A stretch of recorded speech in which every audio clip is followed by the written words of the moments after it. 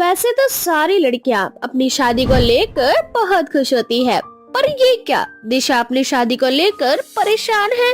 उसकी परेशानी देखकर उसकी माँ दिशा से बोलती है। दिशा बेटा, क्या हुआ?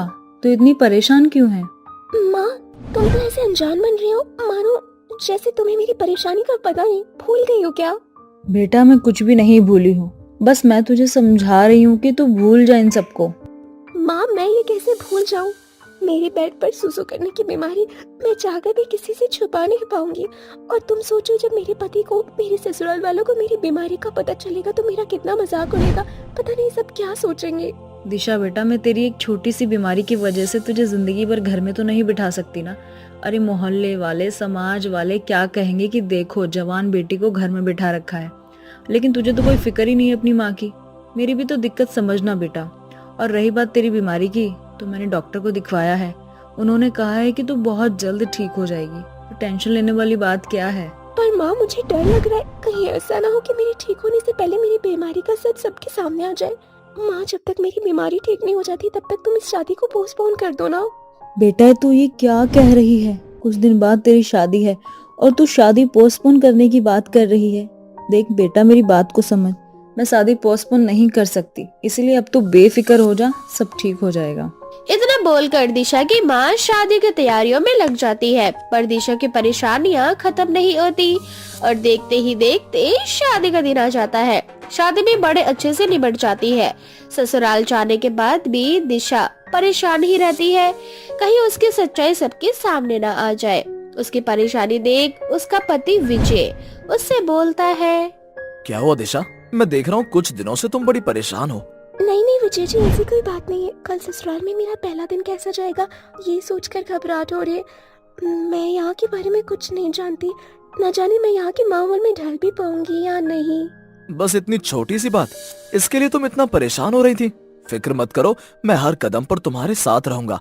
मैं उन आदमियों की तरह नहीं हूँ जो अपनी बीवी को उसकी छोटी सी कमी को लेकर छोड़ दे। मैं हमेशा तुम्हारे साथ रहूंगा। विजय की ये बात सुनकर दिशा की परेशानी थोड़ी कम होती है, पर दिशा अब भी हिम्मत नहीं कर पाती कि वो अपना सच विजय को बता पाए।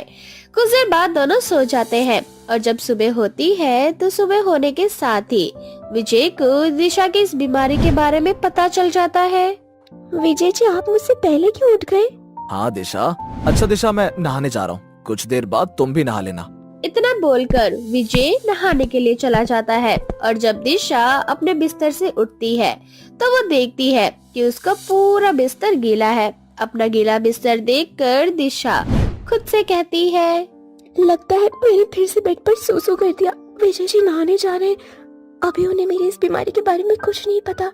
एक काम करती हूँ, जब तक विजय जी नहा कर आ रहे फटाफट बिस्तर बदल देती हूँ। अब जल्दी से दिशा बिस्तर बदल देती है। कुछ देर में विजय नहाकर बाहर आता है और दिशा से बोलता है। अरे दिशा, तुमने बिस्तर क्यों बदल दिया?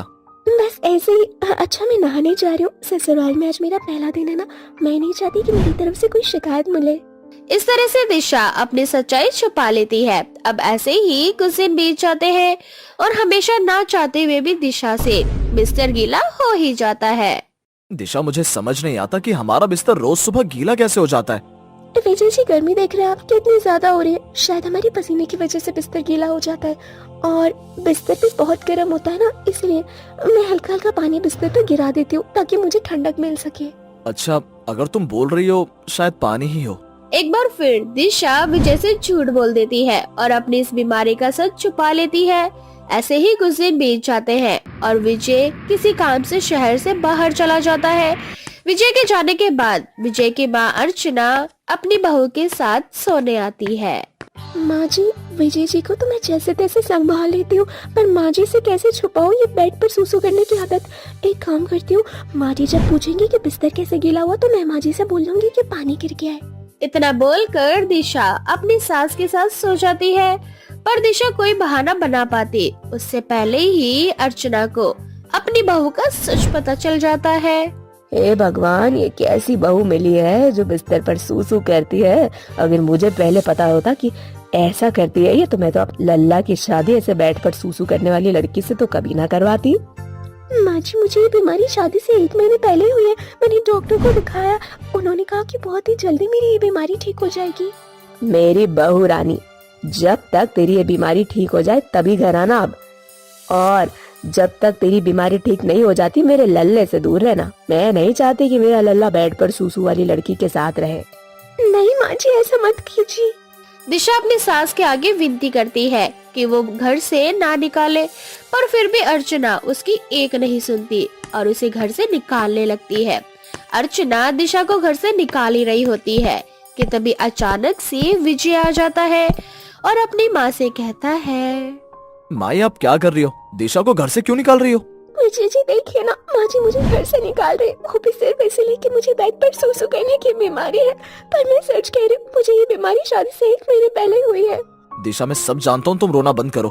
क्या इस लड़की की बीमारी के बारे में तू जानता था, फिर भी तूने इसे घर से नहीं निकाला? माँ, बीवी अर्धांगिनी होती है और वैसे भी हम दोनों ने 7 जन्मों की कसमें खाई हैं।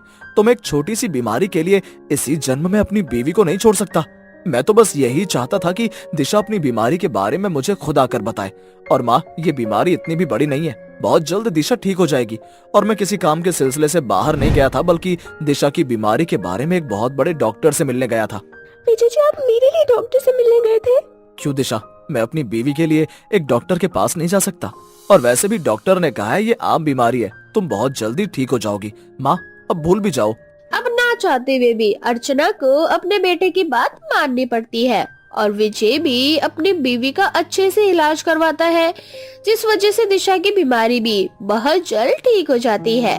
बीमारी ठीक होते ही अर्चना भी सही हो जाती है और दिशा को पहले की तरह प्यार करने लगती है। वैसे तो सारी लड़कियां अपनी शादी को लेकर बहुत खुश होती है, पर ये क्या, दिशा अपनी शादी को लेकर परेशान है। उसकी परेशानी देखकर उसकी माँ दिशा से बोलती है, दिशा बेटा, क्या हुआ? तू इतनी परेशान क्यों है? माँ, तुम तो ऐसे अनजान बन रही हो, मानो जैसे तुम्हें मेरी परेशानी का पता नहीं। भूल गई हो क्या? बेटा मैं कुछ भी नहीं भूली हूँ, बस मैं तुझे समझा रही हूँ कि तू भूल जा इन सबको। माँ, मैं ये कैसे भूल जाऊँ? मेरे बेड पर सूसू करने की बीमारी मैं चाहकर भी किसी से छुपा नहीं पाऊंगी। और तुम सोचो, जब मेरे पति को, मेरे ससुराल वालों को मेरी बीमारी का पता चलेगा तो मेरा कितना मजाक उड़ेगा। पता नहीं सब क्या सोचेंगे। दिशा बेटा, मैं तेरी एक छोटी सी बीमारी की वजह से तुझे जिंदगी भर घर में तो नहीं बिठा सकती ना। अरे मोहल्ले वाले, समाज वाले क्या कहेंगे कि देखो जवान बेटी को घर में बिठा रखा है। लेकिन तुझे तो कोई फिक्र ही नहीं है अपनी माँ की। मेरी भी तो दिक्कत समझना बेटा। और रही बात तेरी बीमारी की, तो मैंने डॉक्टर को दिखवाया है। उन्होंने कहा है कि तू बहुत जल्द ठीक हो जाएगी, तो टेंशन लेने वाली बात क्या है। पर माँ, मुझे डर लग रहा है, कहीं ऐसा ना हो कि मेरे ठीक होने से पहले मेरी बीमारी का सच सबके सामने आ जाए। माँ, जब तक मेरी बीमारी ठीक नहीं हो जाती तब तक तुम इस शादी को पोस्टपोन कर दो ना। बेटा तू ये क्या कह रही है? कुछ दिन बाद तेरी शादी है और तू शादी पोस्टपोन करने की बात कर रही है। देख बेटा, मेरी बात को समझ, मैं शादी पोस्टपोन नहीं कर सकती, इसलिए अब तू बेफिक्र हो जा, सब ठीक हो जाएगा। अंजलि कड़कती धूप में रोड के किनारे बैठकर चूड़ियां बेच रही होती है। चूड़ियाँ ले लो, चूड़ियाँ, कांच की चूड़ियाँ, रंग बिरंगी चूड़ियाँ। तभी एक कार वहाँ से गुजरती है। पास में ही कीचड़ होता है और वो गाड़ी कीचड़ से होकर निकलती है। अब सारा कीचड़ का छींटा अंजलि के ऊपर आ जाता है और अंजलि की सारी चूड़ियाँ खराब हो जाती है। अरे अंधे हो क्या, दिखाई नहीं देता? रोड के किनारे कोई गरीब चूड़ी बेच रहा है, सारी चूड़ियाँ खराब कर दी। इन चूड़ियों को बेचकर जैसे तैसे मैं अपना घर चलाती हूँ, मेरा कितना नुकसान हो गया। हे माता रानी, अब मैं क्या करूँ? इतना बोलकर अंजलि वहाँ से गुस्से में चली जाती है। अंजलि के जाते ही उस गाड़ी में से एक अमीर व्यक्ति बाहर निकलता है। वो अंजलि को पीछे से आवाज देता है और अंजलि उसकी आवाज नहीं सुन पाती और अपनी चूड़ियों की टोकरी लेकर वहाँ से घर के लिए रवाना हो जाती है। मेरी वजह से उस बेचारी का कितना नुकसान हो गया। ड्राइवर, तुम इस चूड़ी वाली का पता करना, मुझे इसके नुकसान की भरपाई करनी है। ठीक है मालिक। मालिक, अब आप जल्दी से गाड़ी में बैठ जाइए, आपको समय पर फैक्ट्री भी तो पहुंचना है। सारे कारीगर फैक्ट्री आ चुके होंगे। इस तरह से वो आदमी अपनी गाड़ी में बैठकर फैक्ट्री के लिए निकल जाता है। सारे कारीगर अपने मालिक का इंतजार कर रहे होते हैं। अब फैक्ट्री का मालिक राहुल फैक्ट्री पहुंचता है और अपने सारे कारीगरों से बोलता है। मैं देख रहा हूँ कुछ दिनों से माल अच्छा नहीं बन रहा। मार्केट में कई तरह के नए डिजाइन आ चुके हैं चूड़ियों के, और आप लोग अभी तक उन्हीं पुराने डिजाइन को फॉलो कर रहे हैं। आप में से कुछ डिजाइनर भी हैं, आप लोग अपना दिमाग क्यों नहीं लगाते? क्यों नहीं यूनिक चूड़ियां बना रहे हैं आप लोग? ऐसे तो हमारी फैक्ट्री का, हमारी कंपनी का काफी नुकसान होगा। राहुल एक जाना माना बिजनेसमैन था जिसका अपना खुद का चूड़ियों का व्यापार था। मार्केट में आधे से ज्यादा डिजाइन उसकी ही चूड़ियों के थे, तो वहीं दूसरी ओर बेचारी गरीब अंजलि घर में बैठकर अपने हाथों से चूड़ियां बनाया करती थी। उसके पास चूड़ी बनाने के ज्यादा उपकरण नहीं थे, इसलिए वो साधारण सी चूड़ियां बना पाती थी। ऐसे ही दिन बीत जाते हैं और एक दिन अंजलि अपने सर पर चूड़ियों की टोकरी लेकर चूड़ियां बेचने के लिए निकल जाती है। चूड़ी ले लो, रंग बिरंगे कांच की चूड़ी। बहन, ये चूड़ी कितने की है? बहन, सिर्फ 30 रुपए दर्जन चूड़ी है, बहुत मजबूत। ओह, चूड़ियां तो बहुत मजबूत और टिकाऊ है, कलर भी बहुत प्यारा है। आजकल ऐसी कांच की चूड़ियां मार्केट में मिलती ही कहाँ है। अब तो मार्केट में इतनी फैंसी चूड़ियां आ गई हैं कि लोग उन्हें लेना पसंद करते हैं। मैं तो कितने दिनों से ऐसी कांच की चूड़ी ढूंढ रही थी, फाइनली मुझे आज मिल गई। तो बोलो बहन, कितनी दर्जन चूड़ियां दे दूं तुम्हें? पहले तो तुम मुझे 2 दर्जन ये लाल और हरी वाली चूड़ियां मिक्स करके बना दो, और उसके बाद 3 दर्जन चूड़ियां पैक कर दो। दरअसल मेरे घर में शादी है। हाँ हाँ बहन, क्यों नहीं, मैं अभी चूड़ियां पहना देती हूँ तुम्हें और चूड़ियां पैक भी कर देती हूँ। अंजलि की चूड़ियां काफी यूनिक थी, जिस वजह से अब मोहल्ले की और भी औरतें अंजलि की चूड़ियां देखने आती है। अब उन सभी को अंजलि के कांच की चूड़ियां बेहद पसंद आती है और इस तरह से अंजलि के पास औरतों की भीड़ जमा हो जाती है चूड़ियां पहनने के लिए, और उन्हीं में से एक राहुल की पत्नी निशा भी होती है। बहन, तुम्हारी चूड़ी तो सच में बहुत अच्छी है। तुम्हें पता है, मेरे पति की भी चूड़ी की खुद की फैक्ट्री है, पर वहाँ भी इतनी यूनिक चूड़ियां नहीं बिकती। मार्केट में ज्यादातर हमारे डिजाइन है, पर यार तुम्हारे डिजाइन तो सबसे अलग लग रहे। कहाँ से लाई तुम इतनी प्यारी चूड़ियां? हाँ बहन, ये चूड़ियां मैं अपने घर पर खुद बनाती हूँ और ये सारे डिजाइन मेरे खुद के हैं। अच्छा बताओ, मैं आपको कितनी दर्जन चूड़ियां दे दूँ? इस तरह से निशा भी 2 दर्जन चूड़ियां पहन लेती है। आज अंजलि की सारी चूड़ियां बिक चुकी थी। लगता है आज भगवान जी मेरे साथ थे, तभी तो मेरी सारी चूड़ियां बिक गई। आज तो अच्छी कमाई हो गई। आज बाजी को बहुत अच्छा लगेगा जब उन्हें पता चलेगा कि आज की आमदनी से 600 रुपए मिले हैं। ये सोचते हुए अंजलि अपने घर जाती है, जहाँ वो देखती है कि उसकी विकलांग सास बुखार से तप रही है। माँ जी, आपको तो बहुत तेज बुखार है, आप मेरे साथ डॉक्टर के पास चलिए। बहू, मुझे कुछ भी नहीं होगा, और मैं तो चाहती हूँ कि भगवान मुझ जैसी अपाहिज को जल्दी उठा ले, ताकि मुझ जैसी बुढ़िया का बोझ तेरे सर से उतर जाए। माँ जी, मैं पहले इस गरीबी के चलते अपने पति को खो चुकी हूँ, अब आपको नहीं खो सकती। अमित जी इस गरीबी से हार गए थे, इसीलिए उन्होंने खुदकुशी कर ली, पर मैंने अब तक हार नहीं मानी और ना ही मानूंगी। देखिए माँ जी, आज मेरी कितनी अच्छी कमाई हुई है। अब चलिए मेरे साथ, हम दवाई लेकर आते हैं। बहू, मेरी दवाइयों में अपने इन पैसों को खर्च मत कर। जरूरी नहीं है कि तेरी किस्मत आज तेरा साथ दे रही है तो कल भी साथ देगी, और मान ले कल तेरी चूड़ियां नहीं बिकी तो? माँ जी, आप इसकी चिंता मत कीजिए। आज मेरे साथ बहुत सारी चूड़ियों का ऑर्डर आया है। आज जहाँ मैंने अपनी चूड़ियाँ बेची हैं, कल मुझे फिर वहीं जाना है अपनी चूड़ियों को लेकर। माँ जी, मेरा दिल कह रहा है बहुत जल्द हम गरीब की किस्मत बदलने वाली है। इस तरह से अंजलि अपनी सास को दवाई दिलवाने के लिए जाती है। तो वहीं दूसरी ओर शाम को जब राहुल घर आता है और वो निशा के हाथों में वही कांच की रंग बिरंगी चूड़ियां देखता है, तो उससे अंजलि की याद आ जाती है जिस दिन उसकी गाड़ी से अंजलि के ऊपर कीचड़ गया था। ये चूड़ियों के डिजाइन तो जाने पहचाने लग रहे हैं। निशा, तुमने ये चूड़ी कहाँ से ली? चूड़ियों की डिजाइन है ना बहुत प्यारी। आज मोहल्ले में ना एक गरीब औरत आई थी चूड़ियां बेचने। उसकी सारी कांच की चूड़ियां बहुत ही अच्छी थी। उसकी सारी कांच की चूड़ियां बिक गई। अब वो कल फिर से आएगी। शर्मा जी की बेटी की शादी है ना, उसने ऑर्डर दिया है। क्या वो औरत कल चूड़ियां बेचने के लिए फिर से मोहल्ले में आएगी? मैं उस औरत को काफी दिन से ढूंढ रहा हूँ।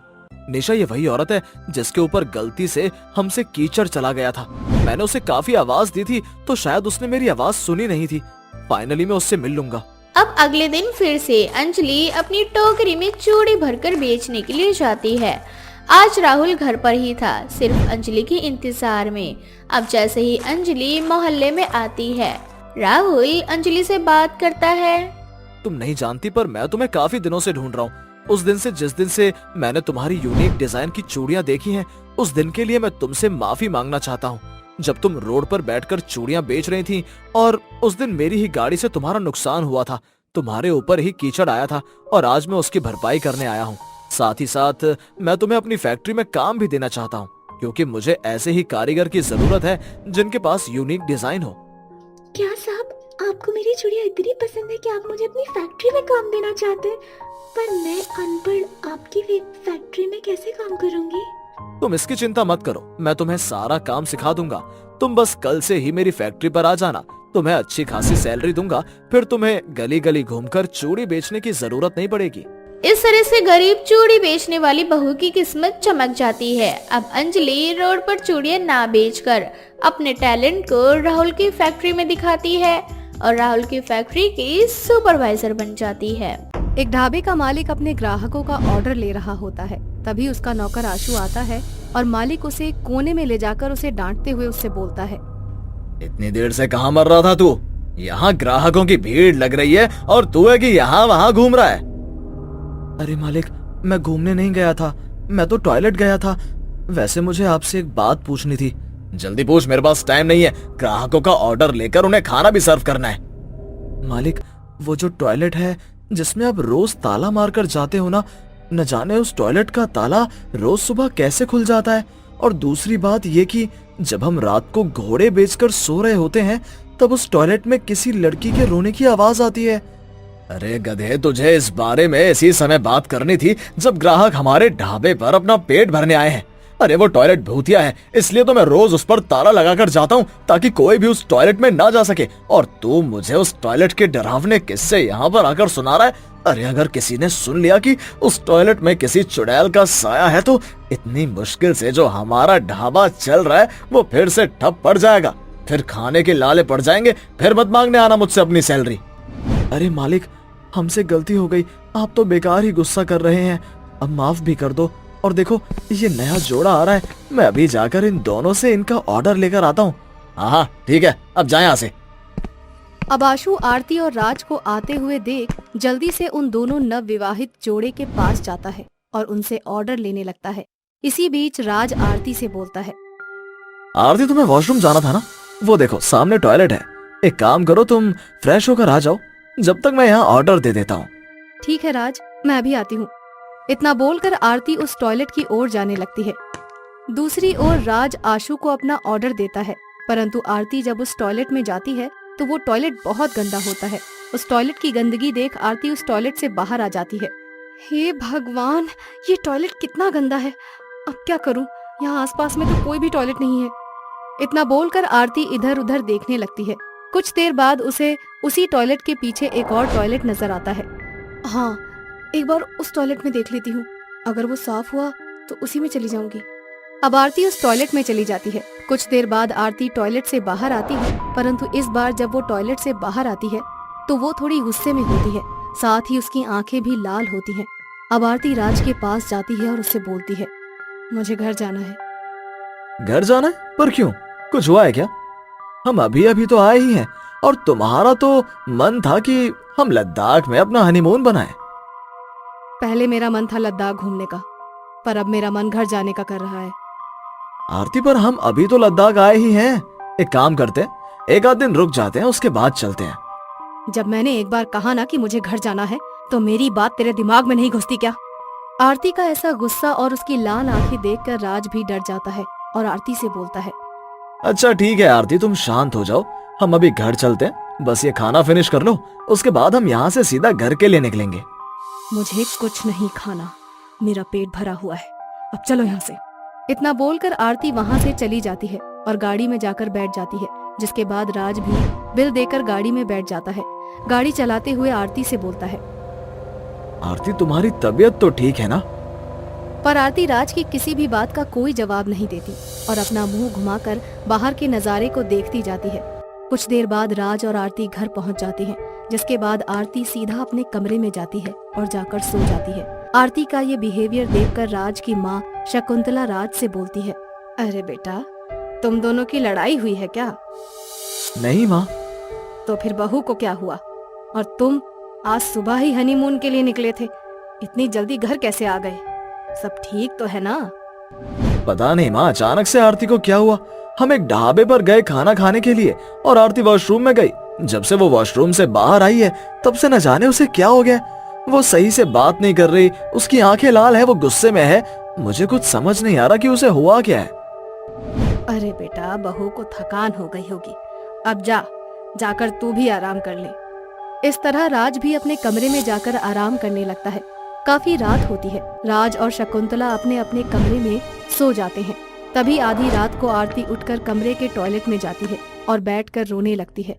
आरती के रोने की आवाज सुनकर राज की आंख भी खुल जाती है और वो आवाज का पीछा करते हुए टॉयलेट में जाता है, जहां वो देखता है कि आरती बुरी तरह से रो रही है। जिसके बाद राज आरती के पास जाता है और उससे बोलता है, क्या हुआ आरती, तुम रो क्यों रही हो?